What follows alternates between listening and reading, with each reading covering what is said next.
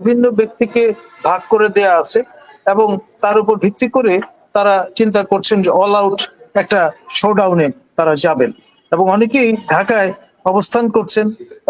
যেমন আমি মাননীয় সাবেক মন্ত্রী দীপুমণি এবং মাননীয় সাবেক সংসদ সদস্য প্রফেসর ডক্টর সেলিম মাহমুদের কথা বলছিলাম যে বিশ্ব সূত্রে জানা গেছে তারা বনানীর বিভিন্ন বাড়িতে আপনার অবস্থান করছেন এবং প্রতি রাতেই তাদের বাসস্থান পরিবর্তন করছেন। আমাদের মাননীয় সাবেক প্রধানমন্ত্রীর আপনার কন্যা পুতুল তিনি যে একটি আন্তর্জাতিক সংস্থায় চাকরি পেয়ে গেলেন এবং কোনো কারণে ইফ ইট ডাজন্ট ওয়ার্ক তাহলে যাতে তার আপনার যে প্রভিশন সেটা যাতে এনশিওর করা যায় সে ব্যাপারেও আপনার আদানি গোষ্ঠীর সঙ্গে একটা আপনার রফা কিন্তু হয়ে আছে।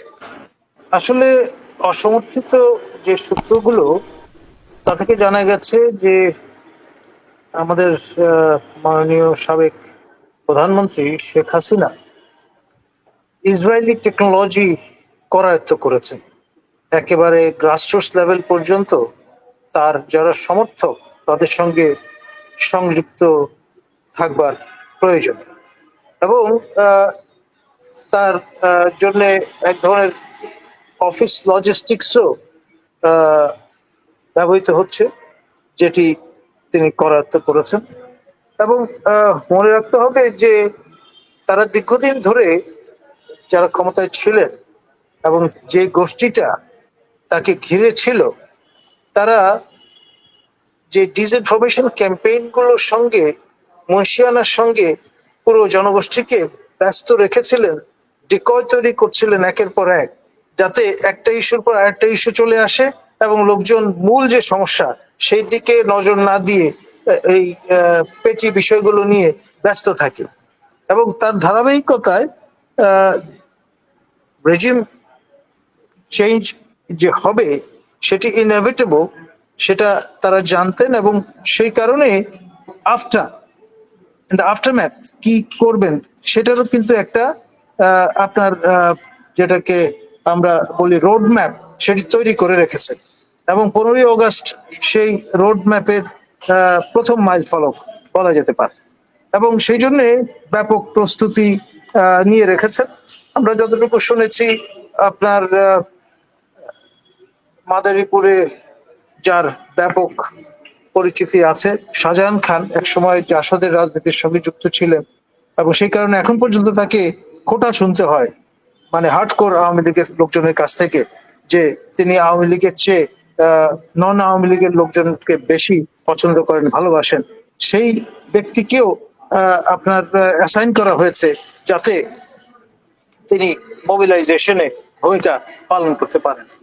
এইভাবে বিভিন্ন ব্যক্তিকে ভাগ করে দেয়া আছে এবং তার উপর ভিত্তি করে তারা চিন্তা করছেন যে অল আউট একটা শোডাউনে তারা যাবেন এবং অনেকেই ঢাকায় অবস্থান করছেন।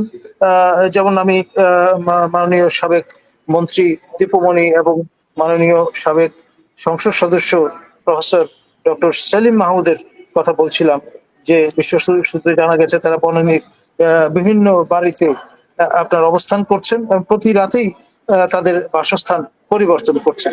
উদ্দেশ্য 15ই অগস্টের তাদের যে পারফরমেন্স শো করতে হবে সেটির অংশ হিসেবে তারা ঢাকায় অবস্থান করছে। এখন ধরুন পচা শামুকে পা কাটে একটা পুরনো লোকজ বিশ্বাস আছে। এখন যেই ম্যাক্সিমটা আমরা ব্যবহার করে থাকি, eternal vigilance is the price of freedom, অর্থাৎ সার্বক্ষণিক সতর্কতার মধ্যে যে বিষয়টি নিহিত সেটি হচ্ছে স্বাধীনতার রক্ষা কবচ এবং সেটি যারা এখন ম্যানিং করছেন সরকারকে তাদের সেটি অবশ্যই মনে রাখতে হবে। আন্ডার এস্টিমেটেড কোনো বা যেটাকে বলে হেডস্ট্রং কোনো চিন্তা বা কমপ্লেসেন্সি সেটা যেন কাজ না করে সে ব্যাপারেই সবাইকে আসলে খেয়াল রাখতে হবে। ধন্যবাদ। কিন্তু এখানে যে উনি যে ভারতে বসে এগুলো করছেন সেক্ষেত্রে কি ভারতকে আমরা এটা দায় মুক্ত করতে পারি কিনা? যে ভারতে বসে ভারতের নিশ্চয়ই নলেজ আছে এবং ভারতে যাদের সাথে কথাবার্তা হয়ে মানে পরামর্শ নিচ্ছেন উনি, তাদেরকে আমরা দায় মুক্ত করতে মানে দায় দিতে পারি কিনা? দেখুন, আমাদের নিকটতম প্রতিবেশী রাষ্ট্র বরাবরই আমরা জানি যে এটা তো লুকোচুরির কোনো বিষয় নয়, প্রকাশ্য একটি বিষয়। তারা রেজিমকে হোল হার্টেড সাপোর্ট প্রদান করেছেন এবং এই 16 বছরের মতো সময় হয়তো রেজিম সার্ভাইভ করতো না যদি না ভারতের অকপট আপনার হোল হার্টেড সাপোর্ট না থাকতো। আর ভারতের যে রেজিমটা ক্ষমতায়, তারাও কিন্তু ব্যক্তিগতভাবে এবং গোষ্ঠীগতভাবে অলিগার্কিক পার্সপেক্টিভ থেকে দেখলে যথেষ্ট পরিমাণে তারা বেনিফিটেড হয়েছে। এবং আদানি, যাকে বলা হয়ে থাকে ফাইন্যান্সিয়ার অফ অনারেবল মোদি, তার ব্যক্তিগত স্টেকও এখানে ছিল। এবং সেই সঙ্গে এটাও বলা হয় যে আমাদের মাননীয় সাবেক প্রধানমন্ত্রীর আপনার কন্যা পুতুল, তিনি যে একটি আন্তর্জাতিক সংস্থায় চাকরি পেয়ে গেলেন এবং কোনো কারণে ইফ ইট ডাজন্ট ওয়ার্ক, তাহলে যাতে তার আপনার যে প্রভিশন সেটা যাতে এনশিওর করা যায়, সে ব্যাপারেও আপনার আদানি গোষ্ঠীর সঙ্গে একটা আপনার রফা কিন্তু হয়ে আছে। এই বিষয়গুলো গ্র্যাজুয়ালি হয়তো আনফোল্ড করবে।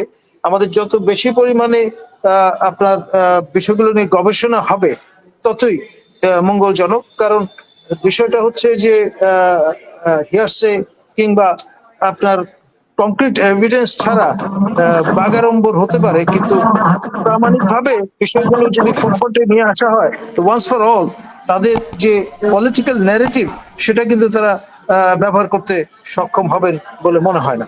ধন্যবাদ।